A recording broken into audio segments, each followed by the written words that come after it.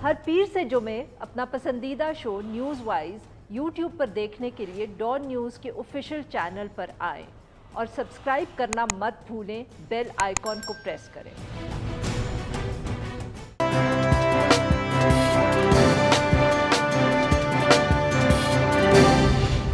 Welcome to news wise, मैं हूं आरिफा नूर। आज प्रोग्राम में हम सबसे पहले जिक्र करेंगे पंजाब के अंदर जो बल्दियाती इंतखाबात होने हैं और उसी हवाले से सूबाई हुकूमत के ना सिर्फ जो इक़दामात हैं बल्कि जो उसके इत्तेहादी हैं, ख़ास तौर पे काफ लीग, उनके तहफ़्फ़ुज़ात और उसकी वजह से जो सारे मामले में ताख़ीर हो रही है। गुज़िश्ता हफ्ते पंजाब काबीना की तरफ से पंजाब लोकल गवर्नमेंट एक्ट 2021 की मंजूरी दी गई।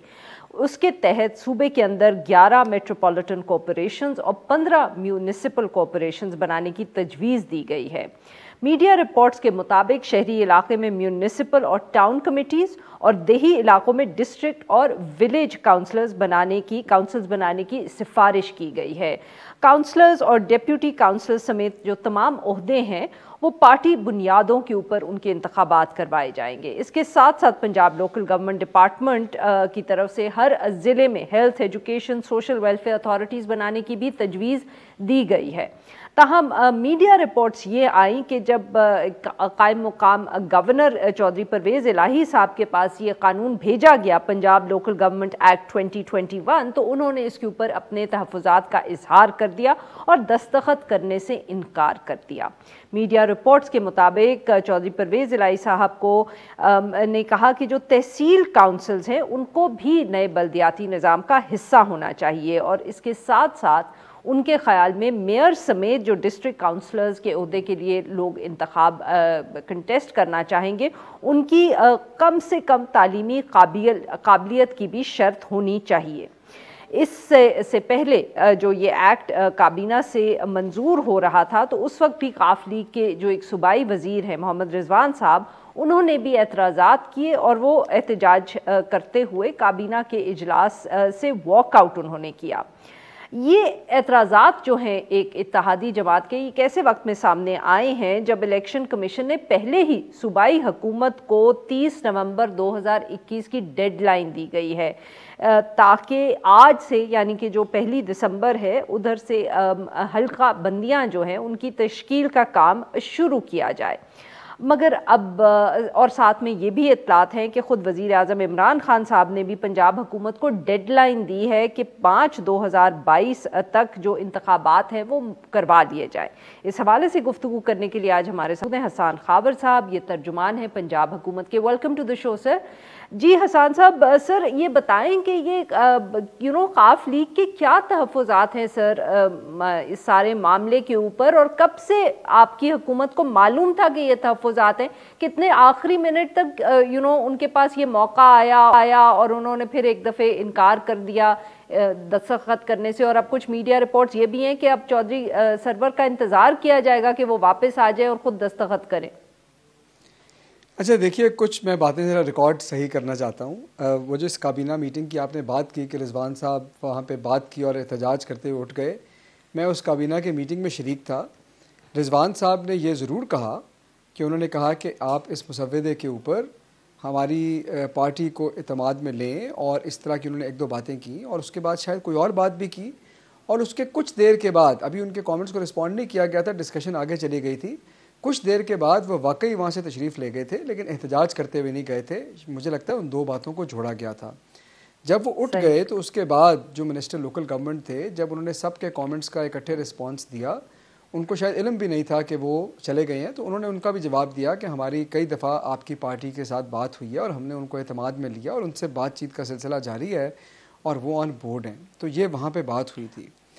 जब ये तो उनके तहफ़्फ़ुज़ात या शिकायत क्या थी कानून के हवाले से? क्या वही थी जो मीडिया रिपोर्ट्स कह रही हैं कि चौधरी परवेज़ इलाही साहब को तहफ़्फ़ुज़ात हैं? नहीं, उस मीटिंग में रिजवान साहब ने किसी तहफ़्फ़ुज़ का इज़हार नहीं किया। उन्होंने ये कहा कि आपको चाहिए और हमें बेहतर होगा कि हमारी पार्टी मुकम्मल तौर पे इस पे ऑन बोर्ड हो, लेकिन उन्होंने वहाँ पर रिजवान साहब ने उस वक्त किसी ख़ास चेक की बात नहीं की और प्रोसेस की बात की, और बाद में मियाँ साहब ने क्लियर कर दिया। उस वक्त रिजवान साहब नहीं थे, उन्होंने क्लियर किया। उन्होंने कहा कि पार्टी को ساتھ آپ کی پارٹی کے ساتھ اتحادیوں کے ساتھ بات چیت ہوئی ہے، تو یہ وہاں پہ بات ہوئی تھی۔ جب یہ آرڈیننس پہنچا پرویز الہی صاحب کے پاس، کیونکہ وہ ایکٹنگ گورنر کے حیثیت میں جب بیٹھے تھے، تو انہوں نے کچھ اپنے پروپوزلز دیے۔ اچھا، اب ایسا نہیں ہے کہ کوئی ڈیڈ لاک ہو گیا یا انہوں نے انکار کر دیا۔ انہوں نے کہا کہ یہ مسودہ ہے اور ایک ضخیم مسودہ ہے، کافی تھک لا ہے، اس کے اندر کوئی 99% چیزوں پہ وہ ایگری کر گئے، اور انہوں نے ایک دو باتیں کی ہیں، اور جس کے اندر جو آپ نے بات کی تحصیل کونسل کے حوالے سے اور ایک دو باتیں اور کی، انہوں نے کہا کہ ان پہ بھی غور کیا جائے، اور اس کے اوپر ان سے بھی بات چیت جاری ہے، اس پہ غور بھی ہو رہا ہے، اور ہماری کوشش یہ ہے کہ اتحادیوں کے ساتھ بات چیت سے آگے لے کے چلیں۔ تو بالکل کوئی ایسا فیصلہ نہیں کیا گیا کہ اس دن جو مسودہ بن گیا تھا اسی کو لے کے چلنا ہے اور صرف سرور صاحب آئیں گے تو سائن ہوگا اور ہم نے یہ نہیں کرنا، ایسی بات نہیں ہے۔ چودھری پرویز الہی صاحب سے ہماری پارٹی ان ٹچ ہے، بات چیت ہو رہی ہے، اور ہماری کوشش ہے کہ جو بھی چیزیں ہیں وہ بات چیت سے آگے لے کے چلیں۔ حسان صاحب، بٹ سوال تو وہ وہیں تھوڑا سا رہتا ہے اس طرح کا کہ اتنا مطلب کہ آبویسلی جو لوکل گورنمنٹ ایکٹ ہے یا لوکل گورنمنٹ کے الیکشنز ہیں وہ پاکستان تحریک انصاف کی حکومت کا مینیفیسٹو کا ایک بہت اہم حصہ ہے، اور بہت تنقید بھی ہوئی پاکستان تحریک انصاف پہ کہ الیکشنز میں تاخیر ہوئی، 3 سال ہو گئے ہیں آپ کی حکومت کو۔ تو سر، اگر 3 سال ایک قانون کے اوپر ہم یہ ازیوم کریں کہ آپ لوگ ڈرافٹنگ پہ کام کر رہے تھے، تو اتحادیوں سے پھر کنسلٹیشن نہیں ہی ہوئی جو پرویز الہی صاحب نے آخری منٹ پر یہ سوال اٹھائے؟ نہیں، 3 سال سے نہیں ہو رہی تھی۔ دیکھیے، ہم نے تو 2019 قانون ایک لے کے آئے تھے، اور اب جب لوکل گورنمنٹ عدالت کے حکم پہ پرانی ریسٹور ہوئیں تو وہ ہو گئیں، اور ظاہر ہے کہ جب سے 2019 کا قانون آیا تھا اس پہ بہت ساری بات چیت بھی ہوئی تھی، کئی چیزیں تھیں، کئی حالات بدل گئے تھے، اتحادیوں کی بھی ریزرویشنز تھیں اور بھی تھی، تو ان سب چیزوں کو اکٹھا کر کے یہ جو اب نیا مسودہ یہ بنایا گیا ہے، تو یہ بہت زیادہ فیڈ بیک کے اوپر بیسڈ ہے، اور یہ ابھی پچھلے کچھ عرصے میں بنایا گیا، کیونکہ اس سے پہلے 2019 میں تو ہم نے قانون بنایا تھا، تو یہ اس کے بعد والا قانون ہے، اور یہ ہو جاتا ہے۔ دیکھیں، اتنے جب بڑے لاز ہوتے ہیں نا، تو کسی نہ کسی چیز کے اوپر کوئی نہ کوئی آراء بھی مختلف ہو سکتی ہے، چیزیں بھی مختلف ہو سکتی ہیں۔ کوئی ایسا فنڈامنٹل ایشو نہیں ہے لوکل گورنمنٹ لا کے اوپر جس کے اوپر ڈیڈ لاک ہو۔ دیکھیں، فنڈامنٹل ایشوز کیا ہوتے ہیں؟ فنڈامنٹل ایشوز لوکل گورنمنٹ کے حوالے سے، میں نے تو ڈیڈ لاک کی بات ہی نہیں کی، ڈیڈ لاک کا لفظ تو آپ بار بار استعمال کر رہے ہیں۔ میں نے تو یہی کہا کہ کنسلٹیشن شاید پہلے نہیں ہوئی کہ آخری منٹ پر ان کو یہ آپ سے کمیونیکیٹ کرنا پڑا۔ جی نہیں، میں آپ کو بتاتا ہوں، آپ نے بالکل نہیں استعمال کیا، لیکن یہ کچھ ہیڈ لائنز میں چلا۔ آپ نے یہ کہا کہ شاید پرویز الہی صاحب نے انکار کر دیا۔ میں تھوڑا سا اس کی جو ڈرامٹائزیشن ہے وہ کام کرنا چاہ رہا ہوں کہ ایسی بات نہیں ہے۔ دیکھیں، لوکل گورنمنٹ لا کے اندر کچھ بنیادی فنڈامنٹل چیزیں ہیں جہاں پہ اگر مختلف آراء ہو تو ظاہر ہے کہ اس کو ریزالو کرنا مشکل ہے۔ مثلا اس کے اندر ایک یہ چیز ہے کہ آپ نے جماعتی یا غیر جماعتی الیکشن کرانی ہے، اب تو خیر عدالت کا فیصلہ بھی آ گیا۔ دوسرا یہ ہے کہ آپ نے ڈائریکٹ الیکشن کرانی ہے کہ انڈائریکٹ الیکشن کرانی ہے، اور کون سی چیزیں آپ نے ڈیوالو کرنی ہے، یہ بہت بڑا فیصلہ ہے۔ پھر ریسورس کی ڈسٹریبیوشن جو ہے کہ کتنے پیسے جانے ہیں، کیسے وہ چلے گا سسٹم، یہ بہت بڑے فیصلے ہیں۔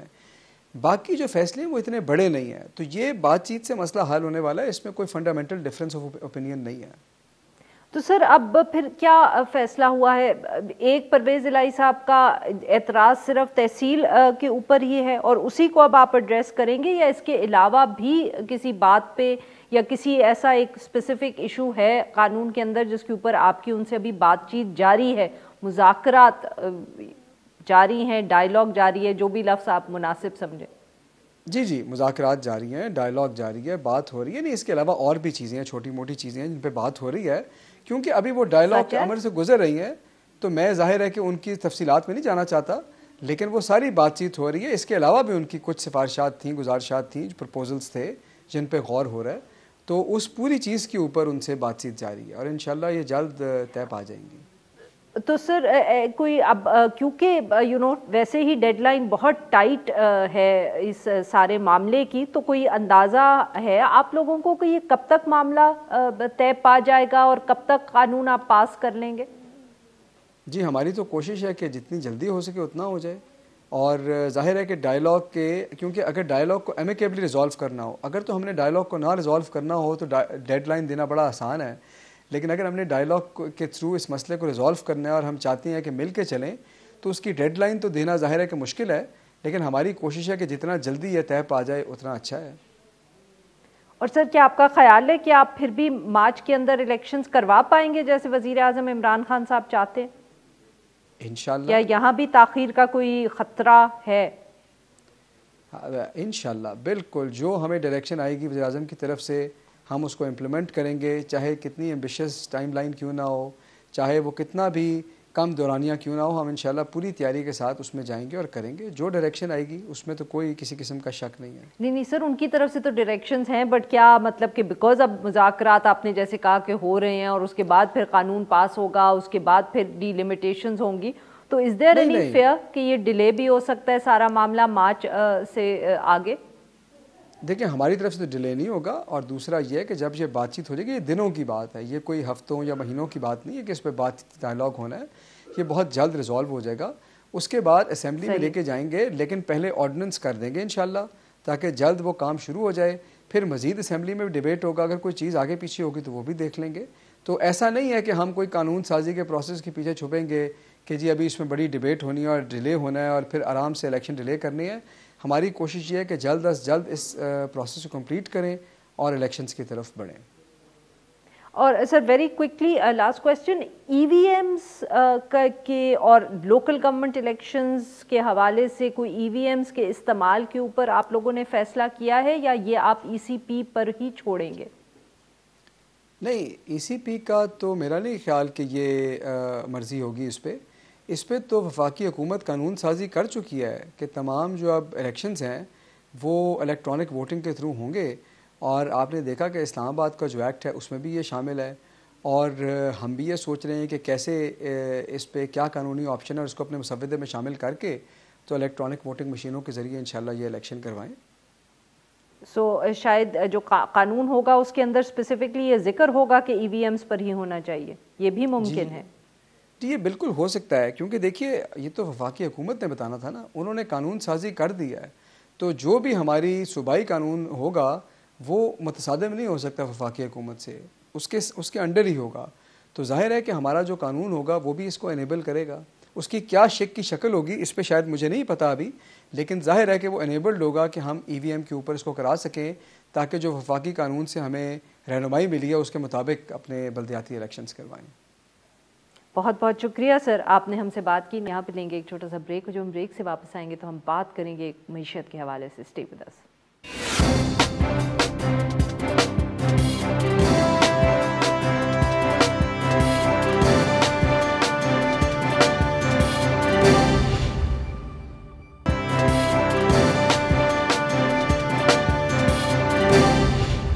Welcome back. پروگرام کے اس حصے میں ہم بات کریں گے معیشت کی جو تازہ ترین صورتحال ہے اور سعودی عربیہ سے ملنے والا جو قرضہ ہے اور اسی کی جو سخت شرائط ہیں.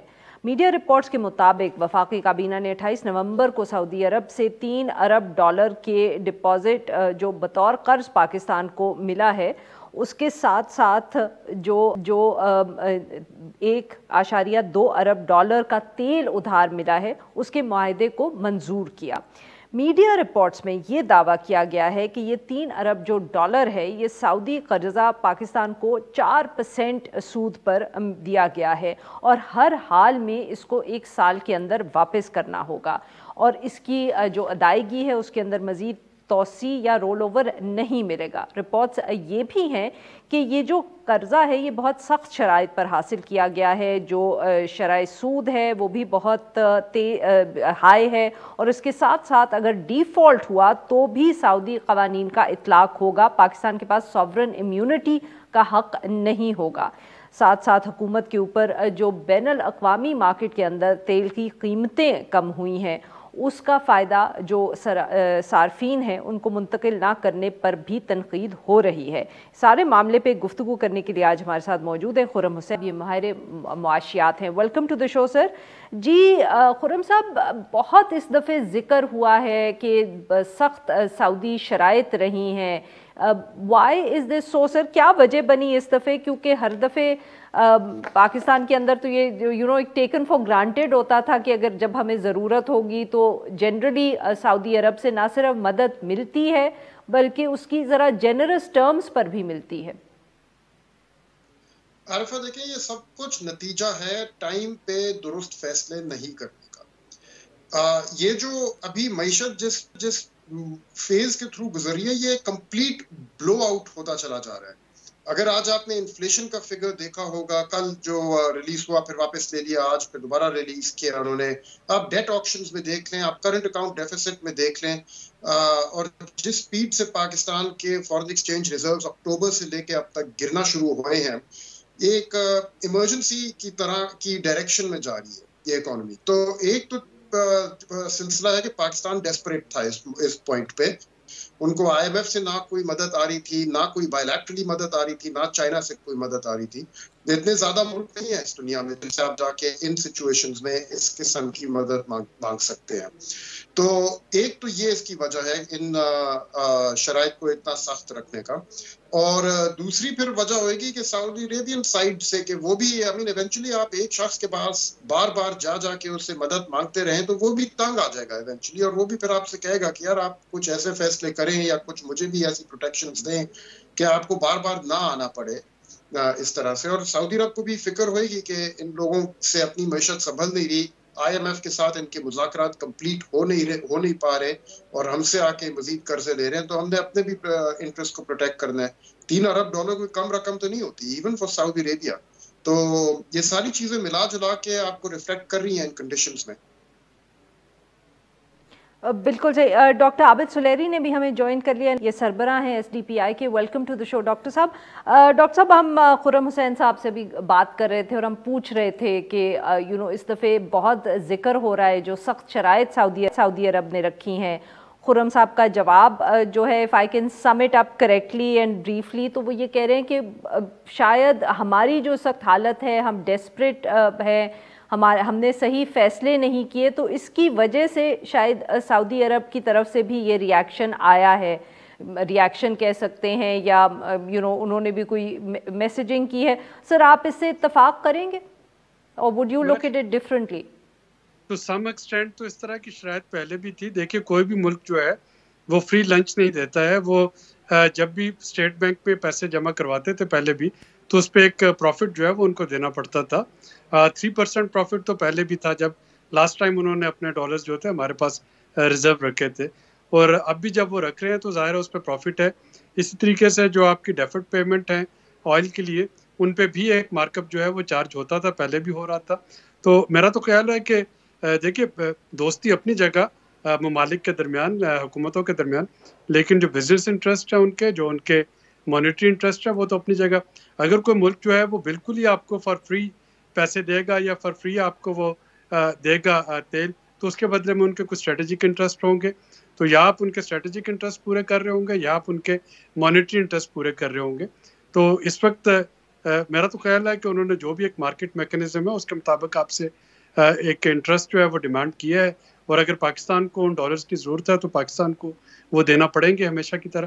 ایون چائنا بھی جب آپ کے پاس ریزروز میں ڈالرز رکھتا ہے تو چائنا کو بھی تو آپ 3%. تو ڈاکٹر صاحب آپ کے خیال میں اس دفعہ, معاف کریے گا آپ کی بات کاٹ رہی ہوں, تو آپ پھر یہ کہہ رہے ہیں if I understand you correctly کہ کوئی اتنی ایکسٹرا آرڈنری شرائط نہیں ہے اس دفعہ جس طرح کے کہا جا رہا ہے؟ جی دیکھیے پہلے شاید یہ چیزیں پریس میں اس طریقے سے نہیں آتی تھی. جب چائنا نے یا سعودی عربیہ نے گورنمنٹ کے آنے کے بعد اسٹیٹ بینک میں ریزروز رکھوائے تھے, تو اس وقت بھی تو مارک اپ حکومت پاکستان نے دینا ایگری کیا تھا, لیکن اس وقت صرف اس کی جو فرینڈلی گیسچر ہے وہ سارا ہائی لائٹ ہوتا رہا. کسی نے یہ بات نہیں کی تھی پریس میں کہ جی یہ جو ڈالرز رکھوائے جا رہے ہیں ان پہ پیسے ہمیں پروفٹ بھی دینا ہوگا. تو ایک ریٹ آف ریٹرن ہے جو پہلے بھی دیا جاتا تھا اور وہ اب بھی دیا جا رہا ہوگا. جی عارفہ یہاں پہ صحیح, جی ناظرین یہاں پہ لیں گے ہم ایک, جی خرم صاحب کوئکلی سر, ویسے تو ہم بریک سے واپس آئیں گے تو آپ اگر but if it's something short آپ ابھی کہہ لیں. ویری شارٹ کہ ریٹ آف ریٹرن اس دفعہ جو مانگا جا رہا ہے سب سے سخت شرائط وہی ہے, اور وہ کافی زیادہ ہے کمپیئر ٹو جو پہلے ہوتا تھا. ابھی ایٹ لیسٹ جو رپورٹ کیا جا رہا ہے 4%, this is almost double what was given in previous facilities. صحیح. جی ناظرین یہاں پہ سا بریک, اور جب ہم بریک سے واپس آئیں گے تو اپنے مہمانوں سے گفتگو جاری رکھیں گے. اسٹے ود اس.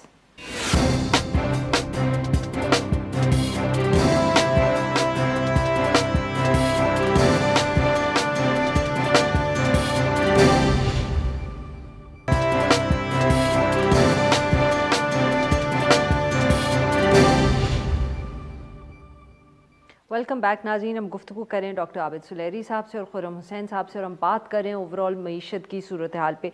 खुर्रम साहब, ऑब्वियसली शराइत का जिक्र किया, सऊदी अरब से जो हमें तेल और पैसे मिले हैं, इससे पहले IMF से की भी जो कंडीशंस रही हैं उनके ऊपर भी बहुत बहस हुई है। बट सर, यहाँ मेरे ख्याल में जो सबसे बड़ा इस वक्त सवाल है कि कंसिडरिंग कि ये पैसे भी आ गए, IMF से जो हमारी मुआहदा होना था वो भी हो गया है, मगर फिर भी लग नहीं रहा कि इकॉनमी जो है वो स्टेबलाइज हो रही है। बहुत से लोग ये तनकीद कर रहे हैं। इन्फ्लेशन का आपने भी जिक्र किया, वजह क्या है sir? I mean what exactly is the issue कि सब बात भी तय हो गई है मगर फिर भी जो एक स्टेबिलिटी होती है वो हमें नज़र नहीं आ रही। आरिफा, अभी तो हमें इंस्टेबिलिटी जो नजर आ रही है ये उसकी शुरुआत है। तो जो जिस डायरेक्शन में अब इकोनॉमी जा रही है that is away from stability all together. और ये स्टेबिलिटी इतनी जल्दी आएगी भी नहीं क्योंकि this is more than a year in the making. कोई एक साल से ऊपर हो चुका है कि ये प्रेशर्स जो हैं ये बिल्ड होने हो रहे थे इकोनॉमी में। अब जैसे स्टेट बैंक गवर्नर साहब और फाइनेंस मिनिस्टर साहब दोनों कह रहे हैं कि इकोनॉमी ओवरहीट कर रही है। ये ओवरहीटिंग ओवरनाइट नहीं होती, ये महीने लगे हैं इसको यहाँ तक पहुंचने में। और अब अगर आप IMF के जो साथ जो मुज़ाकरात हो रहे हैं उनको अगर केयरफुली फॉलो करें तो अंदाजा हो जाता है कि काफी लंबी और काफी पेनफुल किस्म की एडजस्टमेंट पाकिस्तान को करनी पड़ेगी सिचुएशन को काबू में लाने के लिए। तो यहाँ से अभी तक गवर्नमेंट जो है वो तो अपने 5% ग्रोथ टारगेट की बात करते आ रहे थे कि 5 या 5.5% तक हम लेके जाएंगे, लेकिन अब फाइनेंस मिनिस्टर साहब खुद कहते फिर रहे हैं कि भाई 5% तो हम अफोर्ड भी नहीं कर सकते। ये टारगेट तो हमने सेट कर लिया था लेकिन तो 4% से ऊपर आके वो हीट करने लग गए हैं इस इकोनॉमी में। तो नवंबर में आके अब ये चीज ब्लो अप कर चुकी है बिल्कुल, क्योंकि करंट अकाउंट डेफिसिट की जो शक्ल निकल रही है, इन्फ्लेशन की जो शक्ल निकल रही है, रिजर्व्स जिस हिसाब से गिरे हैं पिछले 2 महीनों में, अब तो गवर्नमेंट के अपनी एक्शंस में एक इमरजेंसी टाइप सिचुएशन नजर आनी शुरू हो गई है। मॉनेटरी पॉलिसी स्टेटमेंट्स को प्रीपोन किया जा रहा है, फॉरवर्ड गाइडेंस को अबैंडन करके एकदम से सडन रेट हाइक्स की जा रही हैं। And as we move forward और इस किस्म के भी हमें स्टेप्स देखने पड़ेंगे। जब मिनी बजट आएगा उसमें जो टैक्स एग्जेम्पशंस को विथड्रॉ किया जाएगा, अगली मॉनेटरी पॉलिसी स्टेटमेंट आएगी, ये मेरे ख्याल में 14 दिसंबर को है ड्यू, 14-15 दिसंबर को। उसमें हम लोग देखते हैं, आज की मैं टी-बिल ऑक्शन के रिजल्ट्स देख रहा था, मार्केट तो अक्रॉस द बोर्ड एक और परसेंटेज पॉइंट कम से कम रेट इंक्रीज एक्सपेक्ट कर रही है और वो प्राइस इन कर रहे हैं अपनी बिड्स में। तो अभी तो ये शुरुआत है जो हम देख रहे हैं होते हुए। लेट्स सी कि अभी इन्फ्लेशन हमें कहाँ तक लेके जाती है, लेट्स सी कि करंट अकाउंट डेफिसिट हमें कहाँ तक लेके जाता है, लेट्स सी कि ये लोग अपने अगर फॉरेन एक्सचेंज रिजर्व्स को मेंटेन कर सकते हैं without driving up public debt, without increasing the proportion of borrowed dollars in the foreign exchange basket. और जब ये सब कुछ कर लें तो let's see कि इनका GDP ग्रोथ रेट कहाँ तक रहता है। डॉक्टर साहब वही जी, खुर्रम साहब आप कुछ कहना चाह रहे थे? नहीं, I was just saying, doctor साहब ये अच्छा जी डॉक्टर साहब ये बताइएगा कि यही जो इशू है कि इतने ले भी लिए स्टेप्स हुकूमत ने जो आहिस्ता आहिस्ता वो कर रहे थे, मतलब कि एक तो प्लानिंग की वही बात है कि जब शौकत तरीन साहब ने बजट के अंदर ये फैसले किए थे तो कई लोगों ने तब भी तनकीद की थी कि ये वक्त अभी सही नहीं है, मगर सर क्या उस वक्त प्लानिंग इस तरह की कि लगा कि भी जो इकॉनमी है, मईशत है, वो ये बोझ उठा पाएगी, मगर 6 महीने के अंदर ना सिर्फ हमें अंदाज़ा हो गया कि मईशत बोझ उठा नहीं रही, बल्कि जो वही बात की जो स्टेबलाइजेशन शुरू भी की, जैसे खुर्रम साहब ने कहा, तो अभी तो उससे ना तो स्टेबलाइजेशन हो रही है और जैसे वो कह रहे हैं कि अब आगे और भी सख्त इक़दाम लेने पड़ेंगे। देखिए, इक़दाम तो लेने पड़ेंगे लेकिन मुझे थोड़ी सी उसमें रे ऑफ होप नज़र आ रही है, और वो रे ऑफ होप है जो इंटरनेशनल मार्केट में पेट्रोलियम प्राइसेस की कीमत जो है उसमें गिरावट देखने को मिली। तो आज के जो रेट्स हैं वो $69 पर बैरल है और एक महीना पहले ये $84 पर बैरल थे। अब अल्लाह करे अगर ये रेट्स जो है ये इसी तरीके से रहते हैं तो हुकूमत के पास कम से कम एक क्वेश्चन ये होगा कि वो जो IMF के तहत PDL जो पेट्रोलियम डेवलपमेंट लेवी में जो इजाफा करना था या जो सेल्स टैक्स में उसका इम्पैक्ट कंज्यूमर को फौरी तौर पे पास ऑन नहीं हो रहा होगा, यानी उसको रिलीफ भी शायद उस तरीके से ना मिले, लेकिन उसको ये फर्दर प्राइसेस से ज़्यादा नहीं देना पड़ेंगी। और ये एक पॉजिटिव एस्पेक्ट मुझे लग रहा है। दूसरी जो चीज़ है, जैसा कि खुरम साहब ने बताया कि इंटरेस्ट रेट वो सब एक्सपेक्ट कर रहे हैं कि शायद 1% वो और बढ़ जाए। जो असल चीज़ है वो ये है कि शायद चीज़ें जो है ये चूँकि साइक्लिकल होता है ये सारी इन्फ्लेशन और सब, तो एक पीक पे आके उसमें हल्का हल्का आपको रिलीफ मिलना शुरू हो जाता है। और मुझे लग रहा है कि अगर ये ओमिक्रॉन जो है अगर ये बहुत ज़्यादा आउट ऑफ कंट्रोल ना हुआ तो शायद 6 महीने के बाद इन्फ्लेशनरी ट्रेंड्स जो है ये भी थोड़े थोड़े कम होना शुरू होंगे due to the external factors जो कभी तक हमें हॉन्ट कर रहे थे। जो वाहिद इसमें एक प्रॉब्लमेटिक सिचुएशन है वो अफगानिस्तान की सिचुएशन है। देखिए हमारे पाकिस्तान ने सिर्फ एक IMF का प्रोग्राम अभी तक सक्सेसफुली कंक्लूड किया डार साहब के ज़माने में, और उसमें भी 16 वेवर जो है पाकिस्तान को लेना पड़े थे। अब चूंकि जब शौकत तरीन साहब पहले आए थे उस वक्त शायद उनके जहन में भी हो कि एक दो चीज़ों पर वेवर मिल जाएगा, लेकिन अमेरिकन विड्रॉल के बाद ना तो आपको फाटफ में कोई रिलीफ मिलेगा और ना IMF की कंडीशनैलिटीज़ में। तो चूंकि वहाँ से वेवर मिलने का कोई इम्कान नहीं है तो वो चीज़ें डिस्टर्ब करेंगी। लेकिन ओवरऑल मैं नहीं समझता कि बहुत खुदा न खास्ता हम कोई कोलैप्स की तरफ जा रहे हैं या इकॉनमी बिल्कुल बैठ जाएगी। इसमें डेफिनेटली सर्टन विनर्स हैं।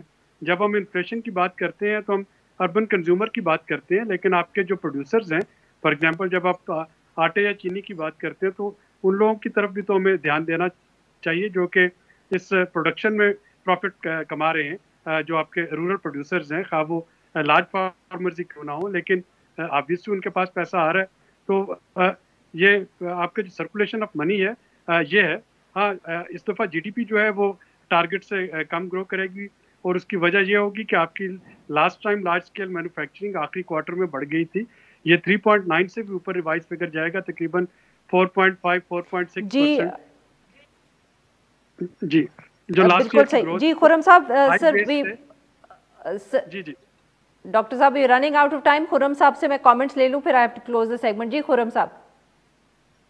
देखिए अब यहाँ 2-3 बातें हैं कहने की। पहली चीज कि अगर वक्ती तौर पे ऑयल प्राइसेस आजकल गिर रही हैं तो इसका ये नहीं मतलब कि हम लोग अपनी फ्यूचर प्रोजेक्शंस कोई चेंज करना शुरू कर दें। इस तरह इकोनॉमीज की प्लानिंग नहीं की जाती।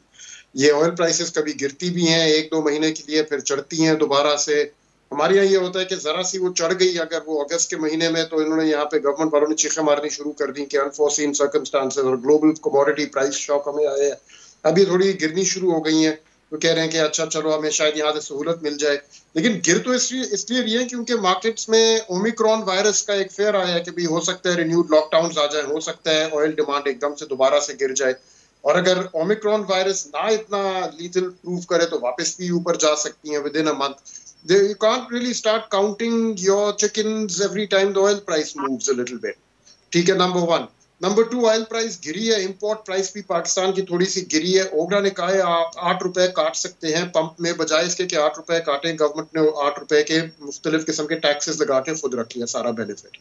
कल की जो नोटिफिकेशन आई है उसमें अनचेंज्ड प्राइसेस हैं इस वजह से कि 8 रुपए की ऊपर टैक्सेशन की मद में पूरा कर दिया। इनके जो अभी रेवेन्यू टारगेट्स हैं जो इन्होंने और एक्सपेंडिचर कट्स लेके आने थे इररेलेवेंट, उनके सामने ये ऑयल प्राइस की जो शॉर्ट टर्म मूवमेंट्स होती है इररेलेवेंट ऑल टुगेदर। एंड मैं तो काफी सीरियसली डिसएग्री करूंगा आबिद साहब ने ये जो कहा है कि चले अगर महंगाई हो रही है तो कम से कम प्रोड्यूसर्स का फायदा हो रहा है। ये कोई बात नहीं है। I mean to tell an inflation burden population कि चले आपके ऊपर तो बहुत आया है कि जो आपको चीज बेच रहा है या जो प्रोड्यूस कर रहा है उसका तो कम से कम फायदा हो रहा है। This is no way to go. अभी आप सेंसिटिव प्राइस इंडिकेटर और होलसेल प्राइस इंडेक्स की जो देखें ना, आउट टर्न्स हैं, जो लेटेस्ट इन्फ्लेशन डेटा आज सुबह फॉर्मली रिलीज किया गया है, 27% wholesale price index, 18% plus indicator. This is a crushing. बहुत बहुत शुक्रिया हमारे 2 मेहमानों का, उन्होंने हमसे गुफ्तगू की। यहाँ पे लेंगे एक छोटा सा ब्रेक। जो हम ब्रेक से वापस आएंगे तो हम बात करेंगे सुप्रीम कोर्ट से जो अली वजीर साहब MNA हैं उनको बेल मिली है। Stay with us.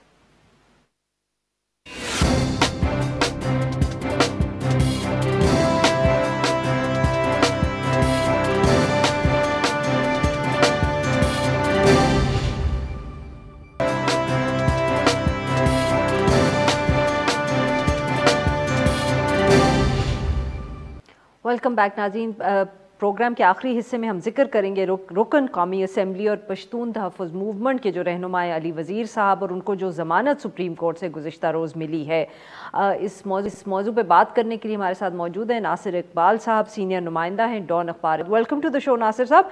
जी बताइए कि ये क्या फाइनली कोर्ट के अंदर ऐसी आर्ग्यूमेंट्स हुई कि पूरे साल के बाद एक आदमी जिसको जेल में रखा हुआ था वो बेल सुप्रीम कोर्ट ने अवार्ड की है? शुक्रिया आपका। दरअसल सुप्रीम कोर्ट में जब ये केस टेकअप हुआ तो वो इस बात पे हैरान थे कि अगर इन्होंने इसी तरह की तकारीर की थी जो नफरत अंगेज के जुमरे में आती है और उनके खिलाफ दहशत गर्दी का भी इल्जाम है और मुल्क की सलामती को खतरे में डालने का इल्जाम है, तो यही इल्जाम उनके साथ जो को क्यूज से तकरीबन 13 के करीब थे वो उनके ऊपर भी इल्जाम थे, लेकिन उनको 13 और लोगों के ऊपर भी थे, तकरीबन 13 थे। उसमें जैसे उनके जो साथी थे नूरुल्लाह तरीन थे, शेर मोहम्मद थे, ये बेल पे उनको रहा कर दिया गया था। तो कोर्ट ने कहा कि जब उनको रहा कर दिया गया तो फिर इनका क्या कसूर है, इनको क्यों हम जेल में रखें, और वो भी 11 महीने से ये जेल के अंदर हैं और इनके खिलाफ अभी तक कोई एविडेंस नहीं प्रोड्यूस किया गया। ये एक बहुत हैरत अंगेज बात थी। और दूसरी बात ये थी कि सुप्रीम कोर्ट इस बात में भी थोड़ी सी नाराज नजर आई कि हम यहाँ क्या बेल रिजेक्ट करने के लिए बैठे हैं जबकि हुकूमत जो है वो नेगोशिएशंस में एंटर हो रही है और लोगों को रहा कर रही है। और लाहौर में 15 लोगों को पुलिस ऑफिसर्स को मार दिया गया, लेकिन कोई किसी किस्म की कोई कार्रवाई नहीं हुई और लोगों को रहा कर दिया गया। तो उन्होंने कहा कि ये अजीब गरीब किस्म की मतलब एक कंट्री है।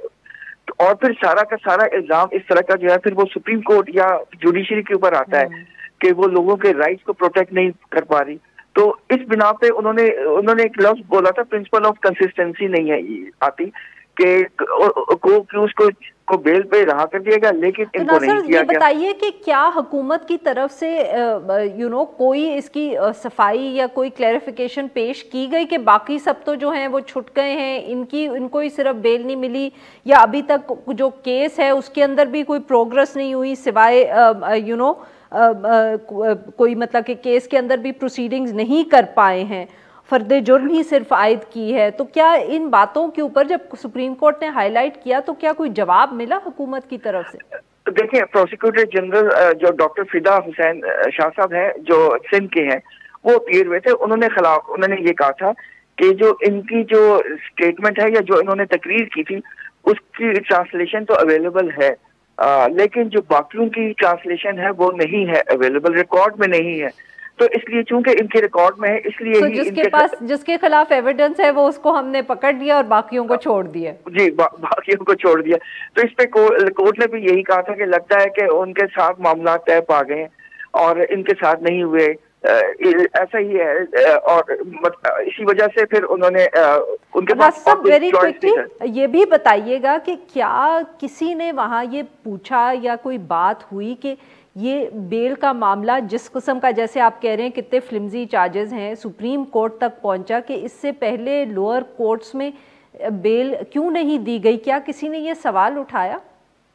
देखिए, मैंने जो सिंध हाई कोर्ट की जजमेंट है वो पढ़ी थी, उसमें ये लफ्ज इस्तेमाल हुआ है अनकाउथ, मतलब बहुत ही अंग्रेजी में जैसे कहते हैं इंसिडेंटरी, यानी कि जो आग लगा देने वाली तकारीर का इस्तेमाल हुआ है और जो स्टेट की इंस्टीट्यूशंस हैं उनको टारगेट किया गया है और उनके खिलाफ जहर उगला गया है। तो ये जो है मतलब ये करता है कि इनको मतलब जेल में इनको बेल रिजेक्ट ही की जाए। बेसिकली जो है ये पहले एंटी टेररिज्म कोर्ट में भी ये केस आया था, उसके बाद सिंध हाई कोर्ट में भी आया था जो उसके खिलाफ अपील आई थी। तो वहाँ इस तरह का सवाल तो नहीं पेश आया, लेकिन ये सिंध हाई कोर्ट में इस मामले पे डिस्कशन हुई है कि उनके जो तकारीर थी वो बहुत सख्त थी। And very quickly Nasir, we are running out of time, ये बताइएगा कि क्या ये अब छूट जाएंगे, क्योंकि आपकी स्टोरी में शायद जिक्र था कि इनके खिलाफ और भी केसेस हैं? जी, मेरी उनके जो वकील हैं सलाउद्दीन खान गंडापुर साहब, उनसे बात हुई थी। वो ये बता रहे थे कि उनके खिलाफ और भी केसेस हैं, तो इस बेल के बाद ये जरूरी नहीं है कि उनको छोड़ दिया जाए, وہ ان کو مزید ٹرائل بھی دوسرے کیسز میں بھگتنا پڑیں گے، تو ہو سکتا ہے وہ مزید جیل کے اندر ہی رہیں۔ بہت بہت شکریہ ناصر صاحب، آپ نے ہم سے بات کی۔ آج کے لیے بس اتنا ہی۔ We'll be back tomorrow at the same time.